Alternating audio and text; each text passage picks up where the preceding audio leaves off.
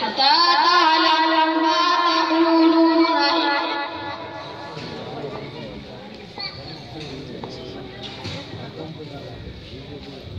وإذا سمعوا ما أنزل إلى الرسول ترى أعينهم. بسم الله الرحمن الرحيم. وإذا سمعوا ما أنزل إلى الرسول ترى أعينهم تفيض من الدمع مما عرفوا من الحق يقولون ربنا آمنا فاكتبنا مع الشاهدين. وما لنا لا نؤمن بالله وما جاءنا من الحق ونرجو أن يدخلنا ربنا مع القوم الصالحين. وأثابهم الله بما قالوا جنات تجري من تحتها الأنهار خالدين فيها وذلك جزاء المحسنين. والذين كفروا وكذبوا بآياتنا أولئك أصحاب الجحيم. جنات تجري تنوين إخفاء حقيقه عين كمخرج وسط خلقنا أن خلقه كطرف ولا حصة.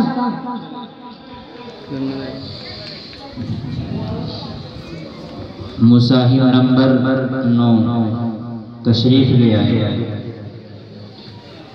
मुसाफा में शरीक तलबा से मैं दरख्वास्त करता हूँ कि साईं जब सवाल करता है तो आप उसे गौर से सुनिए।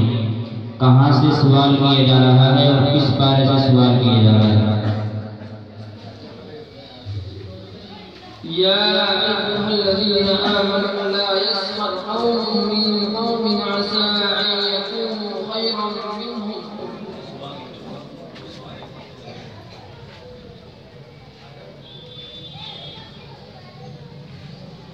لقد رضي الله عن المؤمنين إذ يبايعونك تحت الشجرة.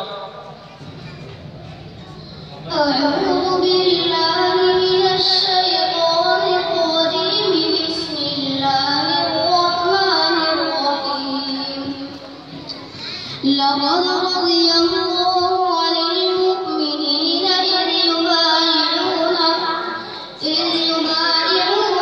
تحت الشجرة فعلم ما في قلوبهم فأنزل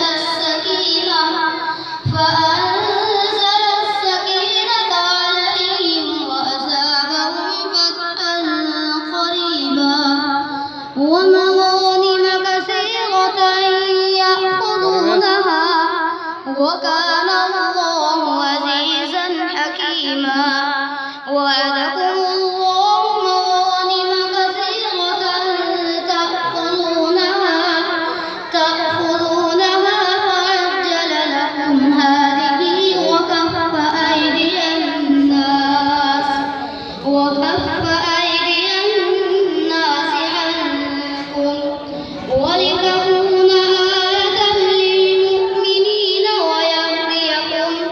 ويهديكم صراطا مستقيما. وأخرى لم تقدروا عليها قد أحاط الله بها وكان الله بكل شيء عليما.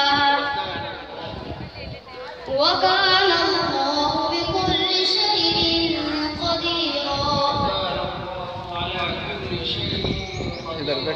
وكان الله على كل شيء قديرا. سبح لله ما في السماوات وما في الأرض وهو कार साहब العزيز الحكيم. कार साहब بسم الله الرحمن الرحيم سبح لله ما في السماوات وما في الأرض وهو العزيز الحكيم هو الذي أخرج الذين كفروا बन रही ज़्यादा बात कर من أهل الكتاب لئن أخرجتم لنخرجن معكم والذي أخرج الذين كفروا من أهل الكتاب هو الذي أخرج الذين كفروا من أهل الكتاب दर्द देख लो सारे من أهل الكتاب من ديارهم لأول الحشر من أهل الكتاب من ديارهم لأول الحشر ما ظننتم أن يخرجوا وظنوا أنهم مانعتهم حصونهم من الله فأتاهم الله من حيث لا يشعرون فأتاهم الله من حيث لا يعلمون فأتاهم الله من حيث لم يحتسبوا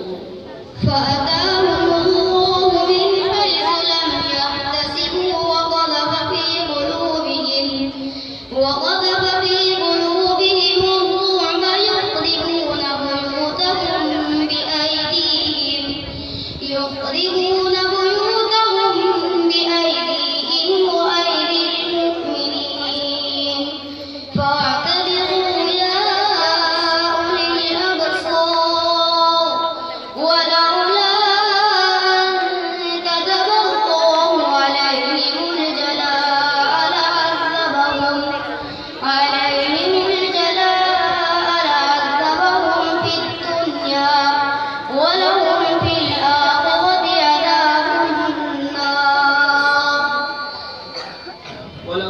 الآخرة عذاب النار وانصرف والثالث وقت होगा दाल का मखरज ज़बान की नोक सनाया या की जड़ मोहतरम बुजुर्गों और भाइयों, हम सभी के बड़े जनाब हजरत अक़दस अलहाज मौलाना मोहम्मद आकिब साहब दामत बरकातुहू कुछ ही देर में आपके मदरसे में तशरीफ लाने वाले हैं। इसलिए मैं उन हजरात से अदब एहतराम के साथ दरख्वास्त करता हूँ जो अपने घरों में तशरीफ फरमा है वो मदरसे के अंदर जल्द अज जल्द तशरीफ लाए और हजरत की नसीहत से मुस्तफीद हुए। अब मैं परेशानी के असर से आखिर मुसाहिब मरकज़ दावत देता हूँ कि वो तशरीफ लाए। इन दोनों के बीच में हो जाएगा